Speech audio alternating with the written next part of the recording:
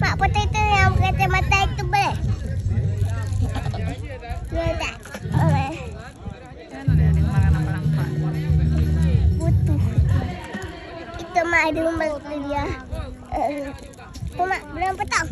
Chicken tak? Mak belum potong.